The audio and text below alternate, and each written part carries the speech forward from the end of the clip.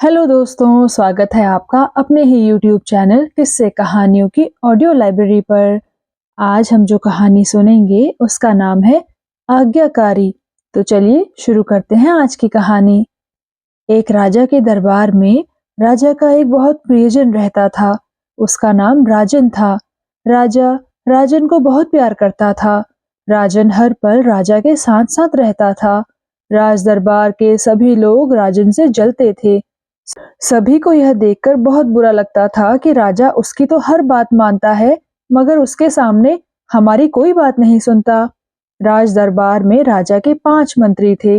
पांचों ने एक दिन बैठकर राजन के खिलाफ षड्यंत्र रचा। षड्यंत्र इतना खतरनाक था कि उसमें फंस जाने के बाद राजन से उसके प्राण भी छीने जा सकते थे। षड्यंत्र रचने के बाद वे पांचों मंत्री राजन के खिलाफ जाल बिछाने की तैयारी करते हुए अपने स्थान से उठ गए। 4 अलग अलग गए और एक सीधा राजन के पास आया। राजा उस समय अपने शयन कक्ष में विश्राम मुद्रा में था। यही कारण था कि राजन अकेला बगीचे में टहलता हुआ मंत्री को मिल गया था। मंत्री ने आते ही प्रसन्न मुद्रा में राजन से कहा, क्या कर रहे हो राजन? राजन मुस्कुराकर सादगी से बोला, कुछ नहीं मंत्री जी, बस फूलों से मन बहला रहा था। मंत्री ने कहा, तो फिर हम साथ साथ मन बहलाएंगे। राजन ने कहा, क्यों नहीं। उसी समय राजमहल से शोर गूंज उठा, रानी जी का हार चोरी हो गया। इस शोरगुल को सुनते ही राजन और मंत्री हमाम की ओर दौड़ पड़े। शोर हमाम की ओर से ही गूंजा था। बगीचा हमाम के करीब ही बना हुआ था, इसलिए राजन और मंत्री वहां पहले पहुंच गए। हमाम के बाहर खड़ी दासियों के घबराए हुए चेहरों पर नजर डालते हुए राजन ने पूछा, क्या हुआ? दासी ने बताया, रानी जी का चंदन का हार खूंटी से गायब हो गया। राजन ने चिंतित स्वर में पूछा, कैसे गायब हो गया? दासी ने उंगली उठाकर खूंटी की ओर संकेत दिया, कहा, यहाँ खूंटी पर लटकाया था। फिर रानी साहिबा स्नान के लिए गई। जब स्नान करके वापस लौटी तो देखा कि हार गायब है। इतनी देर में सभी सैनिक हमाम पर एकत्रित हो गए थे। बड़ी फुर्ती के साथ राज दरबार में हार ढूंढने की खातिर अफरा तफरी मची थी। बात राजा के कानों तक पहुंची और तभी राजसभा लग गई। सभी लोग राजा के सामने थे। राजा ने कहा, जिस बीच हमारी रानी का हार गायब हुआ, उस बीच हमारे राज दरबार में ना तो कोई बाहर का आदमी आया है और ना ही यहाँ से कोई बाहर गया है। इसका मतलब है कि हार यहीं पर किसी ने गायब किया है। तभी एक मंत्री ने कहा, आप राजमहल की तलाशी करवाएं महाराज। हार अगर यहीं के किसी आदमी ने गायब किया है तो हार तलाशी के समय यहीं पर मिलेगा। राजा ने सहमति जताई, कहा, तुम सही कहते हो। उसी समय राजमहल की तलाशी शुरू हो गई। तलाशी लेने गए सिपाहियों में से एक सिपाही दौड़कर राजा के पास आया। उसके हाथ में रानी का गायब हुआ चंदन का हार था। राजा के सामने खड़े सभी लोग उसके हाथ में चंदन का हार देख यह जानने के लिए उतावले हुए कि हार कहाँ से मिला। खुद राजा भी जिज्ञासु नजर आया।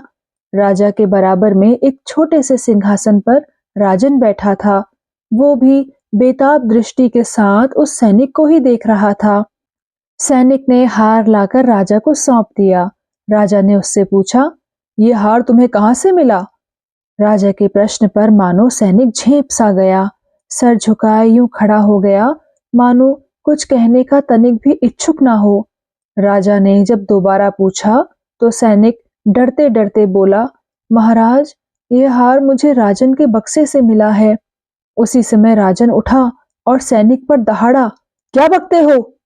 राजा ने उसे वहीं शांत कर दिया और अपने सामने बैठे मंत्रियों और अन्य सभी लोगों पर नजर डालते हुए कहा, हार चुराकर जिसने भी राजन के बक्से में रखा है वह स्वयं अपना जुर्म स्वीकार कर ले, अन्यथा उसे ऐसा दंड दिया जाएगा कि वह अपने जुर्म पर पश्चाताप भी नहीं कर सकेगा।